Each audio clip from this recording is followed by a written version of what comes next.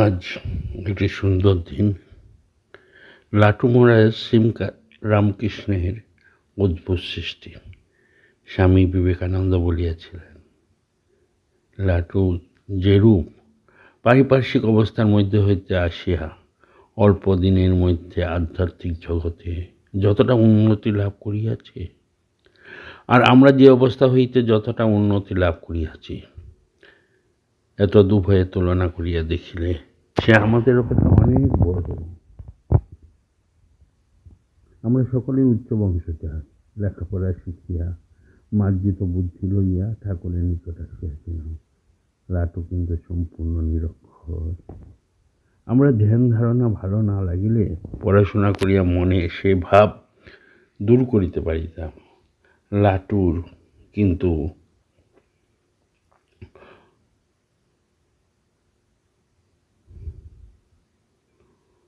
অন্য অবলম্বন ছিল না। তাহাকে একটিমাত্র ভাব অবলম্বনেই চলিতে হইয়াছে, কেবলমাত্র ধ্যান ধারণা সহে।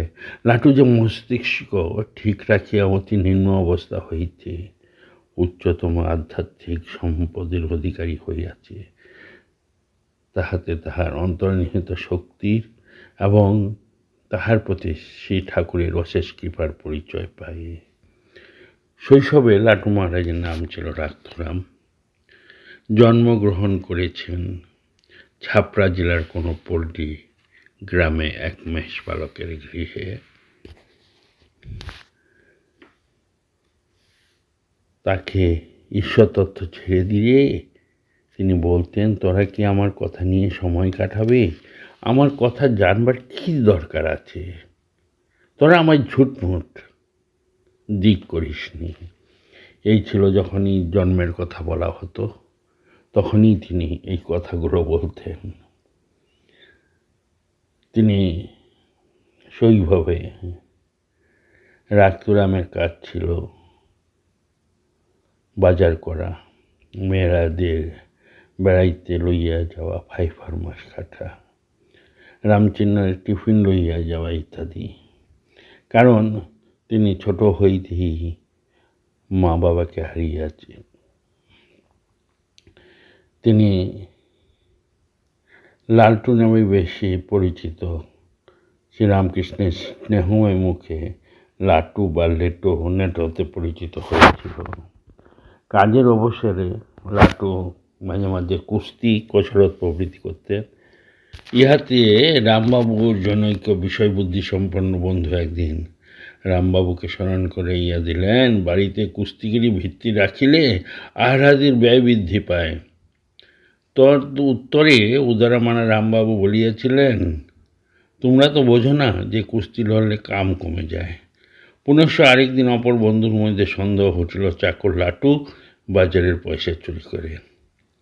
ব্যঙ্গচ্ছলে তিনি স্পষ্টই লাটুকে জিজ্ঞাসা করিয়া বসিলেন, হেরে ছোড়া, ঠিক করে বলতো আজ কত টাকা পয়সা সরালি?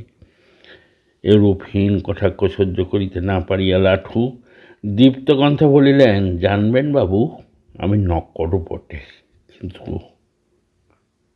চোর নেই। এই সদম্ভ উক্তিতে হিতমান বন্ধু রামবাবুকে অভিযোগ জানাইলেন। সব শুনিয়া রামবাবু শুধু বলিলেন, দেখুন, লাটু চুন নয়, ওর যখন বা দরকার হয় ওর মার কাছ থেকে চেয়ে নেয়।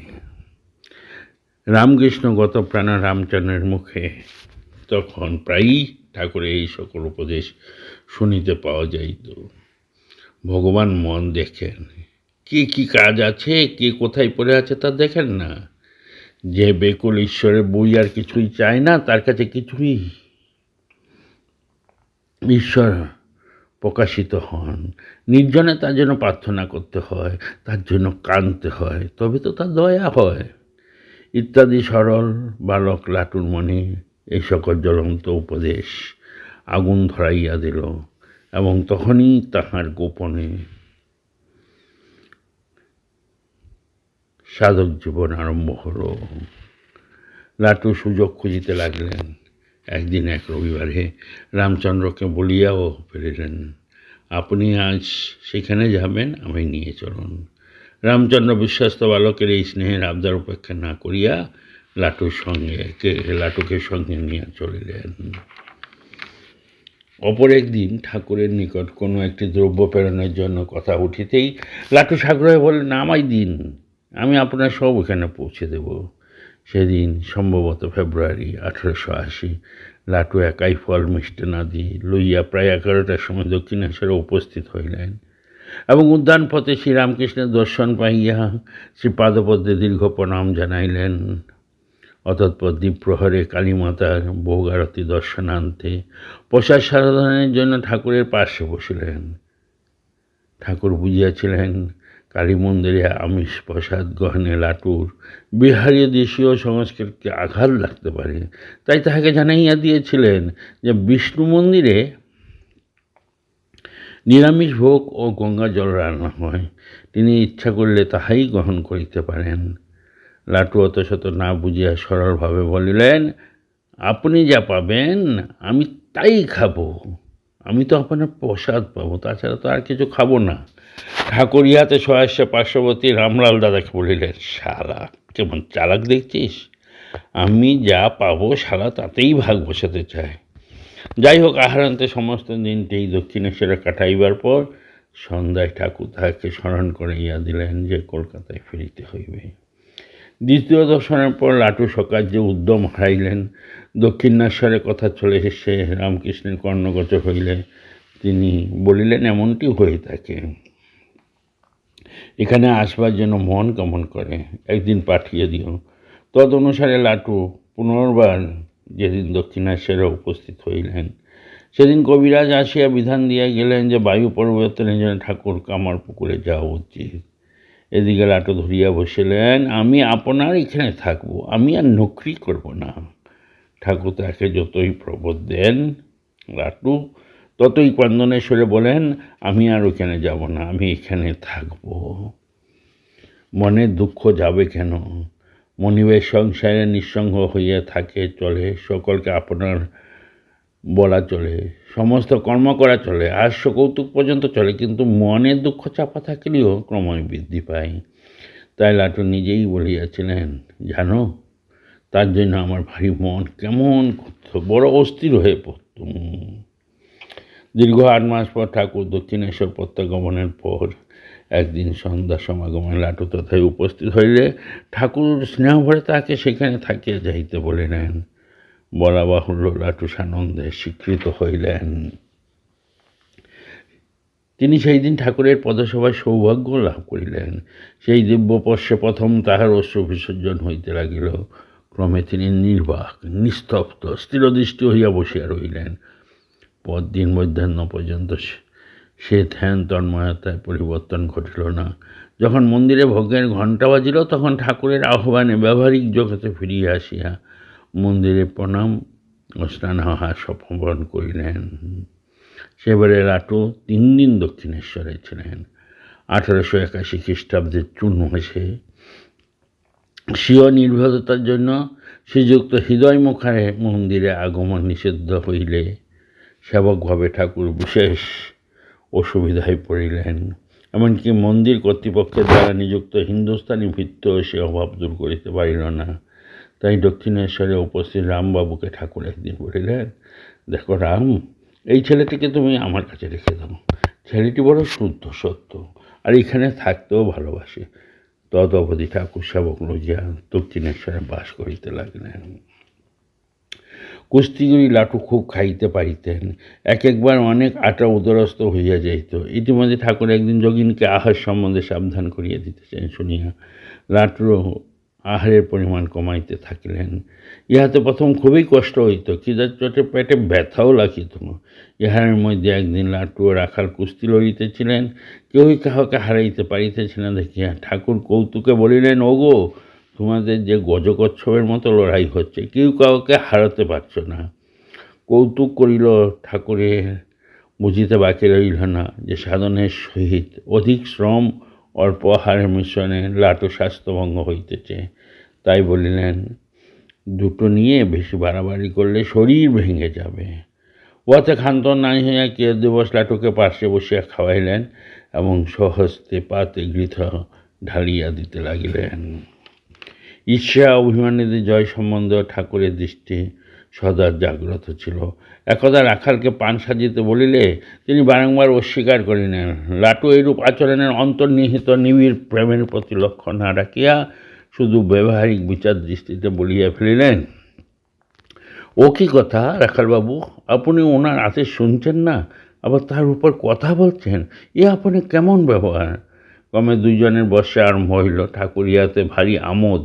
তিনি পান সাজার কথা ভুলিয়া গিয়া রামলাকে ডাকে বলিলেন, ওরে রাম নেলো, রাখাল নেটে যুদ্ধ দেখবি আইরে। রামলালা আসিয়া ব্যাপারটা বুঝিতে পারিলেন। তাই ঠাকুরের সঙ্গে যখন রহস্য চলে প্রশ্ন করিলেন, এদের মধ্যে বড় ভক্ত কে? তিনি সহাস্যে উত্তর দিলেন, মনে হয় রাখাল। অগ্নিতে ঘৃত হাউথির ন্যায় লাটু ঝুলিয়া উঠিলেন। ঠাকুরও তখন সৌকৌতুকে বলিলেন, রাখালেরই ভক্তি বেশি। দেখেনি রাখাল কেমন হেসে হেসে কথা বলছে, আর লাটুকে ওই দেখ কেমন রেগে আছে। ক্রোধ তো ছন্ডাল, ক্রোধে ভক্তি শ্রদ্ধা হয়ে যায়। জোকের মুখে নুন ফুরিল। লাটু অপরাধ স্বীকার চুপ করিলেন। একদিন দক্ষিণেশ্বরে জনৈক ভক্তের অসভ্যতা দেখিয়া লাটুর ধৈর্যচ্যুতি হইল এবং উক্ত ভক্তকে বেশ একটু ভর্ৎসনা করিলেন। ভক্তের প্রাণাতে ইহা ব্যথা বাজিল কিনা জানি না, কিন্তু ঠাকুর লাটুকে বলিলেন, এখানে যারা আসে তাদের রকম কড়া কথা বলতে নেই। এক সময় লাটু ঠাকুরের সাবধানবাণী শুনিয়াছিলেন, ওরে দেখিস নিজেকে দেখাইয়া যেন বলিসনি। একে বলতে লাটু পাছে দেহমাত্রকে বুঝেন, এই যেন ঠাকুর সেদিন কথা প্রসঙ্গে নিজের মধ্যে যে ভগবান আছেন তাহারই প্রতি স্পষ্টত লাটুর দৃষ্টি আকর্ষণ করিয়াছিলেন। দক্ষিণেশ্বরে শ্রীমাকে বড় নির্জন জীবনযাপন করিতে হইত, আবার ভক্তদের আহারাদির জন্য পরিশ্রম করিতে হইত। একদিন গঙ্গা তীরে লাটু নিঃস্বর উপবিষ্ট আছেন দেখিয়া ঠাকুর বলিলেন, ওরে লেটো, তুই এখানে বসে আছিস? আর উনি যে নবতে রুটি বেলায় লোক পাচ্ছেন না। ইহার পর শেষে মায়ের নিকট তাহার উপস্থিত করিয়া বলিলেন, এ ছেলেটি বেশ শুদ্ধ সত্য, তোমার যখন যা প্রয়োজন হবে একে বলো, এ করে দেবে। সেদিন হইতে লাটু সানন্দে মায়ের সেবায় নিযুক্ত হলেন। সাধন রহস্য সম্বন্ধে ঠাকুর তাহাকে শিখাইয়াছিলেন, জাগে যোগে জেগে থাকবে, ঘুমের কালে তাকে ডাকবি, কাজের মধ্যে তাকে ধরবি, আর হরদম তার সেবায় রাখবি। ঠাকুর সাহচর্যে লাটুর এক লাভ এই হইয়াছিল, তিনি তাহার সহিত কলকাতায় বহু শিক্ষিত গৃহে যাইয়া ওই সমাজের সংস্কৃতির সহিত সুপরিচিত হইয়াছিলেন এবং আক্ষরিক বিদ্যা না থাকলেও সর্ববিষয়ে মার্জিত বুদ্ধির অধিকারী হইয়াছিলেন। লাটু ছিলেন বড়ই সরল। তিনি নিজের দুর্বলতার কথা অকপটে ঠাকুরের নিকট নিবেদন করিতেন, কারণ তিনি জানিতেন এই সর্বজ্ঞের নিকট বস্তুত কিছুই গোপন থাকে না। ঠাকুর ও সরল শিষ্যকে সরল লাটুর অন্তরের আসক্তির আগুন এমন দাউ দাউ করিয়া জ্বলিয়া উঠিল যে তিনি নাম জপে এককালে অসমর্থ হইয়া ঠাকুরের স্মরণ করিলেন। ঠাকুরের মুখে ভিক্ষার প্রশংসা শুনিয়া লাটু মাঝে মাঝে ভিক্ষায় বাহির হইতেন। লাটুর অনেক আচরণ ছিল অদ্ভুত, কিন্তু স্নেহময় ঠাকুর উহা স্নেহের চক্ষেই দেখিতেন। এক ব্রাহ্ম মুহূর্তে সকল আপন প্রকৃতির ধ্যান বসাইয়া ঠাকুর গান ধরিলেন, জাগমা কুলকুণ্ডলিনীতে। হঠাৎ লাটু রবে চিৎকার করিয়া উঠিলেন। সবার মাত্র শ্রীরামকৃষ্ণ দুই স্কন্ধে হস্ত স্থাপন পর্ক চাপিয়া ধরিলেন।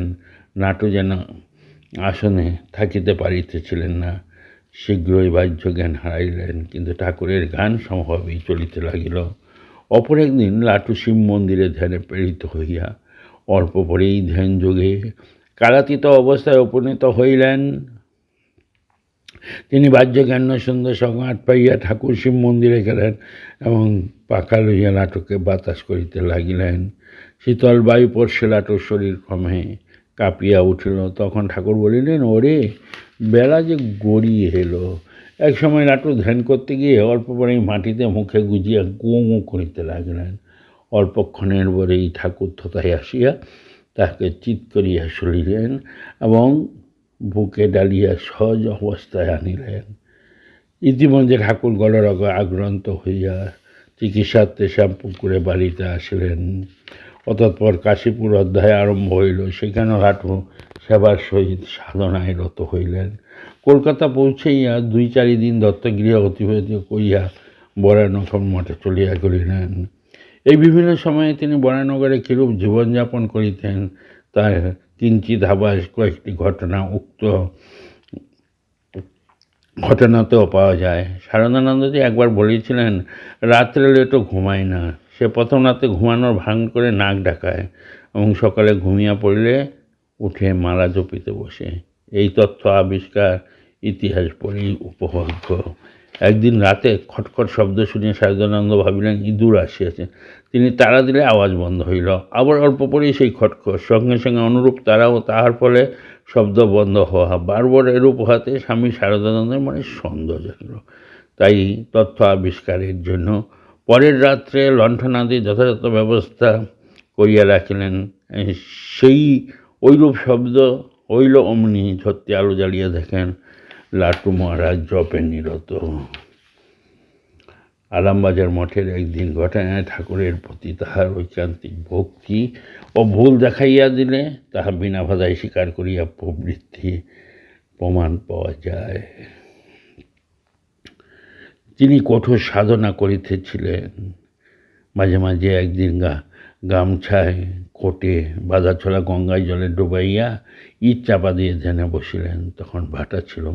জোয়ার আসিয়া জল যখন অনেক উচ্চ উঠিয়াছে তখন তাহার আহারে স্পৃহা জাগিলে দেখেন খাদ্য পাওয়া অসম্ভব। উপায়ন্তর না থাকিয়া আবার জলে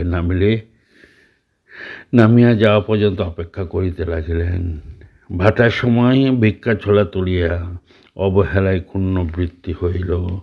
আহার আদির বিষয়ে এইরূপ স্বচ্ছন্দাদি অবলম্বন পর তিনি আপনভাবে ধ্যান ভজনে মগ্ন থাকিতেন। স্বামী অদ্ভুতানন্দের এই অন্তর্মুখীন ভান অনুন্ন করিয়াই 2.5 বছরে একই ভাব চলছিল। 1895 অব্দের কোনো এক সময় তিনি পুরী ভুবনেশ্বরে গেছিলেন। লাটু মহারাজের চিন্তাধারা জীবন প্রণালীর সহিত স্বামীজির ভাবধারা কার্যপ্রণালীর পার্থক্য খুব বেশি ছিল। 1897 অব্দে স্বামীজি আমেরিকা হইতে ফিরিয়া আসিলে সকলেই পশুপতিবাবুর গিয়ে তার সংবর্ধনায় অগ্রসর হইলেন, কিন্তু লাটু মহারাজকে দেখিতে পাওয়া গেল না। তিনি তখন ভাবিতেছিলেন, ও দেশের সাহেব ম্যামদের সঙ্গে মিলে নরেনের কি আমার কথা মনে আছে? নরেন কিন্তু ঠিক মনে করিয়া রাখিলেন এবং তাহাকে খুঁজিয়া পাইয়া বলিলেন, তুই আমার সেই লাট্টু ভাই, আর আমি তোর সেই নরেন। এইরূপ সঙ্গজীবনের সহিত সর্বক্ষেত্রে আপনাকে মিলাইতে অপরাগ হইল। এই সকল দৃষ্টান্ত দেখিয়া সিদ্ধান্ত করিয়া চলিবে যে না, লাটু মহারাজ নিয়ম ভঙ্গে আনন্দ পাইতেন বা এরূপ করা সমর্থ করিতেন। তিনি বলতেন, মঠে থাকলে নিয়ম মানতে হবে। মতের অমিত থাকলেও বিবেকানন্দ তার ভাইকে প্রাণ দিয়ে ভালোবাসতেন।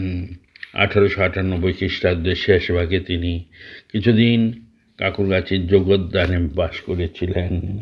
1899 খ্রিস্টাব্দে স্বামীজি দ্বিতীয়বার বিদেশে গমনের পর লাটু মহারাজ বেলুড় মঠ হইতে বিদন স্ট্রিটে বসুমতী পত্রিকার ছাপাখানায় চলিয়া যান।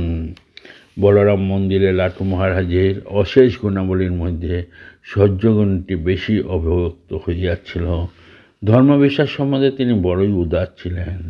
মুসলমানদের ঈদ ও মহরম উপলক্ষে তিনি পীরের দরগায় পূজা পাঠাইতেন। ঠাকুরের নিকট শিক্ষাপ্রাপ্ত লাটুর স্বস্ত্রনিষ্ঠা ছিল চমকপ্রদ। একদিন তিনি বলিয়াছিলেন, জনৈক ভক্তের বাড়িতে বিগ্রহ দেখিতে যাইবেন।